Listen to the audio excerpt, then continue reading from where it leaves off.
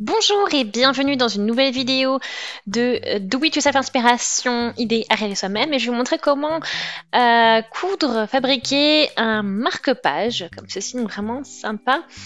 Inclus, vous avez un élastique sur lequel vous avez un joli petit marque-page qui est cousu dessus. Donc pour le matériel, vous allez avoir besoin de tissu de votre choix. Donc d'une paire de ciseaux de tissu, une paire de tissu normale, des épingles, une règle, des stylos pour faire de quoi écrire en fait sur le tissu. Voilà. Ou de la craie, hein, bien sûr, c'est comme vous voulez, mais tout ce qui est pour dessiner sur le tissu et qui est lavable après. Ensuite du fil qui va dans les tons de votre tissu, qui passe avec votre tissu. Donc là j'ai trouvé voilà, des tissus différents avec des jolis petits motifs, un petit fleuri, un motif à quadrillé, à carreaux. Voilà. Donc c'est du coton fin. Hein. Voilà. Le but c'est de faire quelque chose et qu'il ne soit pas trop épais à la fin non plus. Vous pouvez utiliser d'autres types de tissus bien sûr. Voilà, du satin ou autre, vous avez vraiment le choix. Ensuite un morceau de papier. Voilà, vous pouvez utiliser aussi le dos d'un petit cahier également. Voilà. Ensuite, élastique. Voilà, donc le but c'est de faire le tour de votre, livre avec, donc votre cahier.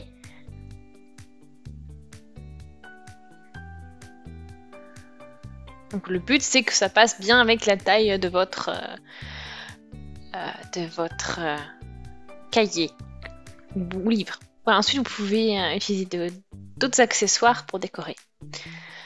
Le but maintenant, c'est de construire la forme de votre marque-page. Alors, donc j'ai mon carton. Donc c'est assez épais, hein. Donc, voilà, vous pouvez utiliser par exemple comme du papier canson, par exemple. Voilà. Comme je dis aussi, vous pouvez utiliser le dos aussi, donc la couverture d'un cahier également. Donc après, vous pouvez faire 5 par 16 cm, je vous propose, mais vous pouvez bien sûr personnaliser la taille que vous voulez. Voilà. Moi, je pense que j'utilise donc les dimensions de ma règle, c'est plutôt pas mal. Donc 4,5 cm pour moi ici. Et ensuite voilà, je peux prendre la longueur que je veux. Voilà, donc 16 cm. Je trace.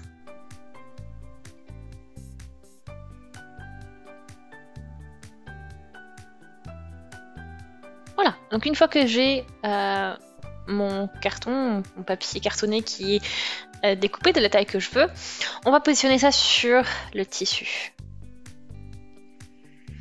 Donc moi j'ai une combinaison de tissus et on va travailler avec ça.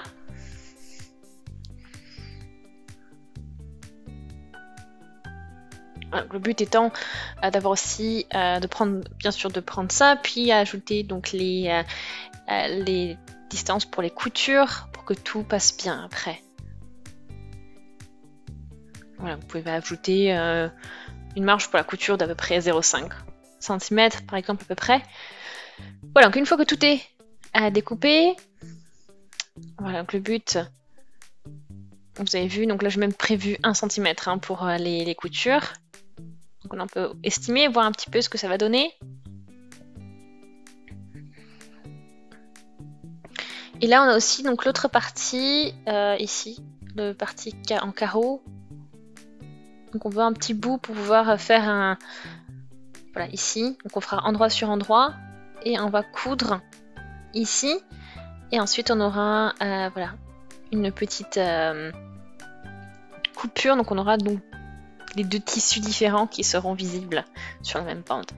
Ok, donc on aura ensuite un tissu en entier. Puis on pourra utiliser une partie du tissu carreau et une partie du tissu fleuri. Voilà, donc maintenant on positionne tout endroit sur endroit.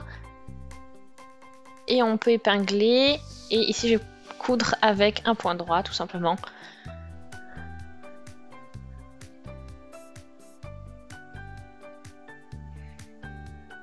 Voilà, donc quand on travaille avec des carreaux ou des tirés, enfin des traits en fait, vous pouvez vraiment faire en sorte de suivre le tissu, voilà, la ligne comme ça et quelque chose de similaire comme ça quand vous utilisez aussi bien sûr, faites en sorte que ce soit bien aligné. C'est-à-dire que le but à la fin c'est d'aligner les lignes de carreaux pour que ça fasse pas un décalage après.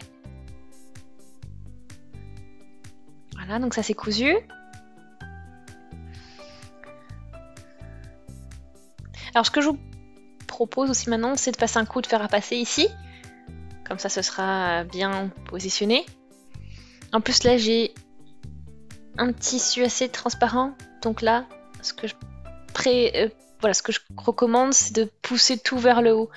Le but étant de ne pas voir le tissu entre. Et puis là aussi, après, je peux utiliser une petite dentelle, une petite broderie, ou un petit ruban pour pouvoir, ou pour cacher, si jamais. Ça aussi, c'est une possibilité.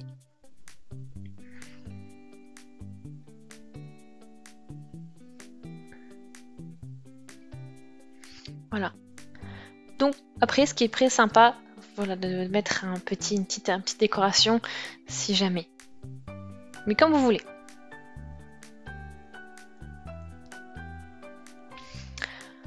Ok, donc une fois que ça, c'est fait, on peut positionner nos tissus endroit sur endroit. Donc très important, il faut bien placer les tissus. Donc comme je vous l'ai dit, bien aligner les lignes au niveau du tissu quadrillé et bien aligner aussi. Donc on a mis une petite broderie ou un petit ruban, il faut bien que ce soit aligné également. Ensuite, une fois que c'est bon, on fixe et on va pouvoir utiliser ceci, donc notre patron en fait, comme base.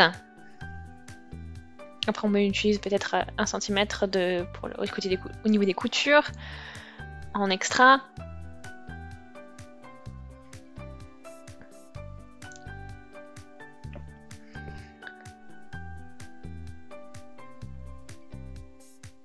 Donc on va positionner, on coud, et ensuite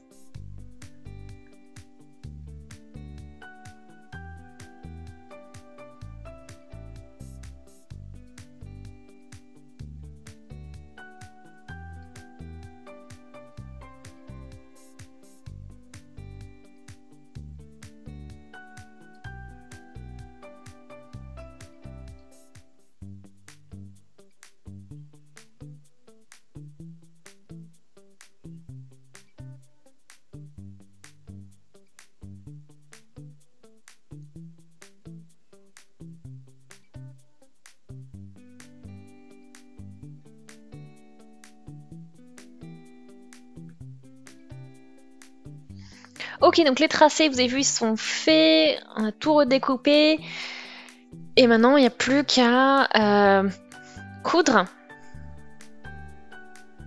Avant de faire tout ça, bien sûr, on va mettre en place l'élastique. Donc vous avez vu l'élastique cousu ici, ou après aussi tout autre accessoire que vous voulez mettre, donc comme le petit pompon ici par exemple. Tout ça, il faut penser à inclure dans la couture. Ok, parce que là on est endroit sur endroit. Ici cette partie on va la laisser ouverte, et parce qu'on va vouloir ensuite faire retourner le travail. Ok, donc là on a notre élastique qui entre. Le but après c'est quand on va de toute façon le retourner, vous allez voir ça va sortir et on aura bien ce qu'il faut. Pareil, je vais glisser le pompon dedans pour qu'il soit fixé aussi en même temps que l'élastique. Voilà.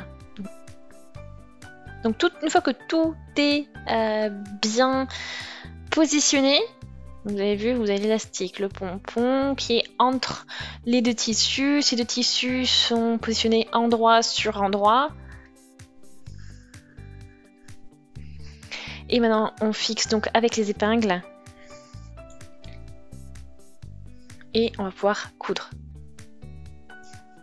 Voilà, et après on va faire la couture bien sûr avec un point droit.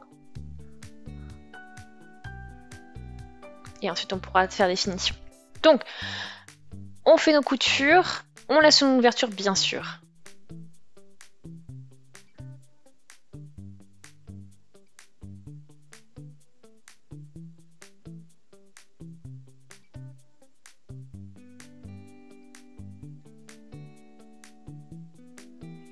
Ok, donc j'ai tout cousu, ensuite j'ai ici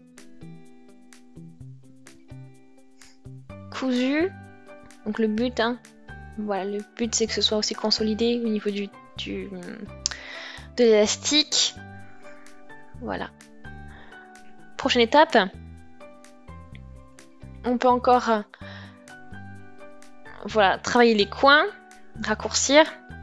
Et comme ça, une fois au niveau, surtout au niveau des coins, quand on va retourner, ce sera voilà, plus net. Donc, le but c'est vraiment de se mettre au plus près des coutures en fait.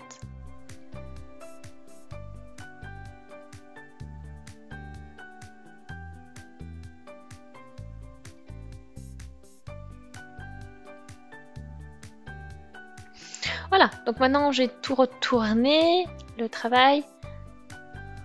Maintenant on peut mettre le rectangle dans notre petite pochette en fait que l'on a faite. Donc faire attention hein, parce que ça peut être assez étroit. Et le but c'est de ne pas plier le rectangle que l'on a en carton en fait, hein, en papier canson par exemple. Voilà, et ensuite on positionne bien et on n'aura plus qu'à le fermer une fois que ce sera bon.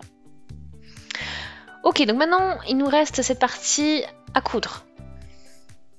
Donc déjà on va mesurer au niveau de l'élastique pour voir où on en est, pour pas que ce soit non plus trop lâche parce que sinon ce sera pas efficace.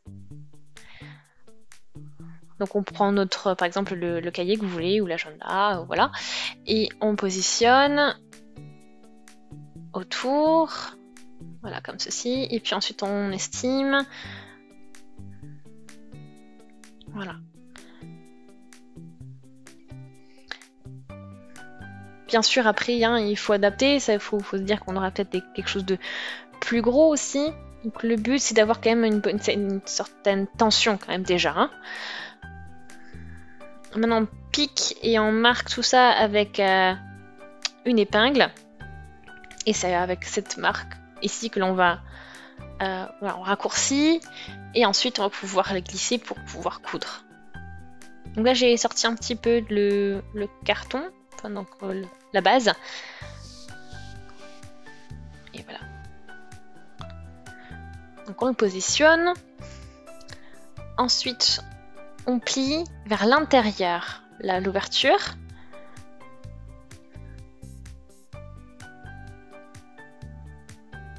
C'est pas grave, hein. Après aussi si vous cousez sur le papier, tout est bon encore. Enfin, ce n'est pas grave, vous pouvez toujours le faire ça aussi. Hein. Donc allez-y, pliez, positionnez comme vous voulez. Ensuite on positionne l'élastique dedans. Et ensuite on épingle, enfin on fixe et ensuite on coud.